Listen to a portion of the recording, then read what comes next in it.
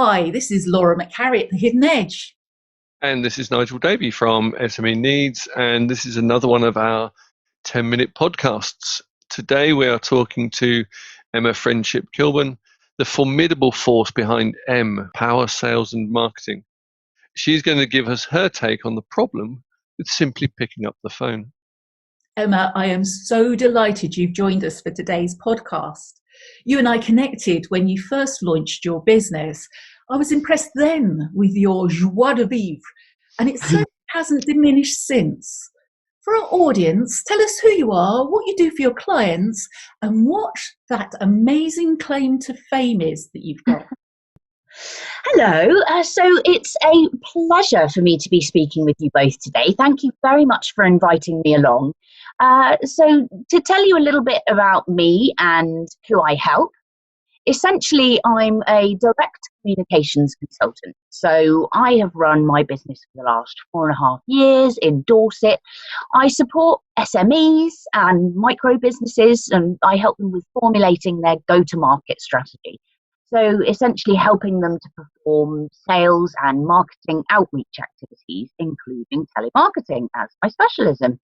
So I build and manage CRM systems and work on associated data tasks. I help to make sure that their PR, social media, digital presence is hitting the right notes with their audience. So it's all about understanding audiences and using my customer's brand to their best advantages.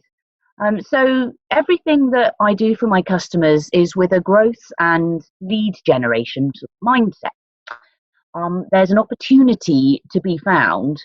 So that's what I'm seeking on their behalf.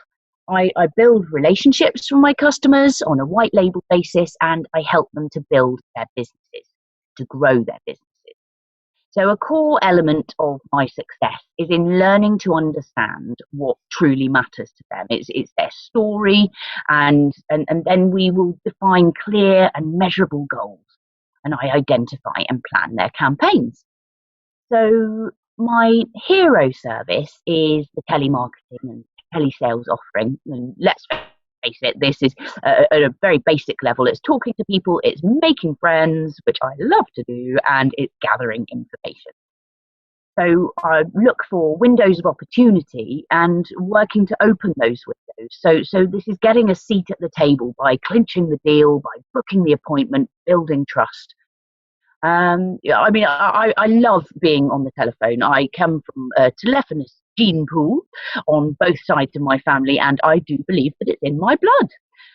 I am so attuned to active listening that I can hear the kind of room the person on the end of the line is in, and I can hear the shapes of their faces. Would you believe it? Okay, I'm impressed with that. It sounds really good. So what is the big problem with simply picking up the phone? Loads of companies use call centers and stuff. Are they just wasting their money? It doesn't suit every business, and there are restrictions on certain B2C communications with GDPR now. However, my calling is predominantly B2B, business to business. I don't get too involved with that. Really, picking up the phone to speak to your prospect or customer is by far the most direct and human method. So most people are simply scared. They're scared of rejection. They're afraid that someone will be horrible to them, is going to catch them out. You know, if you know what you're offering is of value to that person, then you have to create open questions, get them lined up to engage with them and build rapport. Imagine the situation that you're calling into. What is that environment like? Be aware of that. It's important to get over yourself, really. What's the worst thing that could happen? Okay, they could put the phone down, but in a way, who cares? Pick up to the next one. And that leads into another mindset, sort of preparation, is that going for no is a tried and tested sales idea anyway. So the more no's you get, the closer to a yes you are. Emma, you mentioned how tuned in you are at listening. People might think that that's a bit of an odd claim for a telesales expert. Tell us how listening helps you engage with the prospect. Funnily enough, I was speaking to someone last week. They were about to enter another conference call and they didn't have very long to talk to me. So I made it really clear that I was very grateful. I showed with the tone in my voice. This made her much more likely to continue sharing information with me.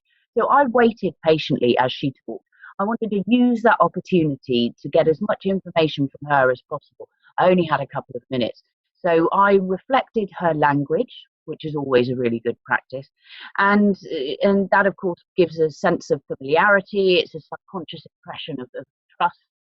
But being aware of silence is actually a really good thing. So it's a little bit like playing chicken. Only you're the one that needs to stand your ground and not speak first. They don't know that you're playing chicken. They will find the silence. They will fill the silence. So this could be your opportunity to hear buying signals to hook from and pitch about. That means you could introduce the solution to one of their challenges. But yeah, listening and not being scared of the silence is a very good option. Okay. There's a lot of juggling you end up having to do, particularly when you've got a phone in your hand. Have you got any tips to sort of help people to, I suppose, come across more confident when they're talking to their prospects when they're on the phone? Yes, yeah, I think really making sure that you've done your research. It sounds so simple, but do your research beforehand. Have really good data. Make sure that you're not giving sort of the opportunity for distractions and things. So if you've worked out who the right job titles are that you'll need to speak with, get the name of the person, ask for the name when you're calling, and smile. It's so simple, but it makes such a difference. Also, being genuinely happy when you get through to the person you wanted to speak to is really going to disarm them and make them feel more valued. They're much more likely to give you a few minutes of their time. It's a good way of sort of thinking about it, in that you could treat it like you're just calling your own supplier or your own associate. You would simply ring up and say, "Hi, is Jane there today?" Do the same when you're trying to get past gatekeepers. And it's a much smoother transition. So lots of people like to stand. This can give them more authority, and there is no question about the fact that an authoritative tone will help you pass the gatekeepers. It will lessen those questions that you're given. So, have their website open in one window, be aware of topical news which might relate to your call. You could show that you put some thought and effort in and that you understand them. It might be added in to build rapport as well. Be gracious if they're helping you. Simple things, just have a notepad, make sure you write clear notes. It's amazing what what you might not take into account whilst you're actually on the phone. So write those notes. Practice that active listening, picking up on things, being conscientious. I think something that's really key in the appointment setting sort of area of telemarketing is make it really easy for them. You want to make it as easy as possible for the person on the end of the phone to give you what you want. So offering that illusion of choice, is saying, so would you like to talk to my colleague on the 16th or the 17th? Rather than saying, when is good for you? Because then you're making them stop and think. It's awkward. And you want to make it as easy as possible for them. Say to them after the call, I will send you an email. I will send you X, Y, and Z. Make it easy. So lots of little tips, but definitely the top takeaway would be smile. And you can really hear the smile in your voice. And we're lucky enough to be able to see it as well. Beautiful smile. Thank you so much. Thank you so much for sharing those tips with us, Emma. It would be great if our listeners could make contact with you. How might they do that? Thank you very much for having me on. It's been great fun talking to you both. I would love to talk to anybody if they've got some questions. And I think the best place to find me is on my LinkedIn profile. There is no other Emma Friendship-Kilburn in the universe. So if you tap that in, you will find me.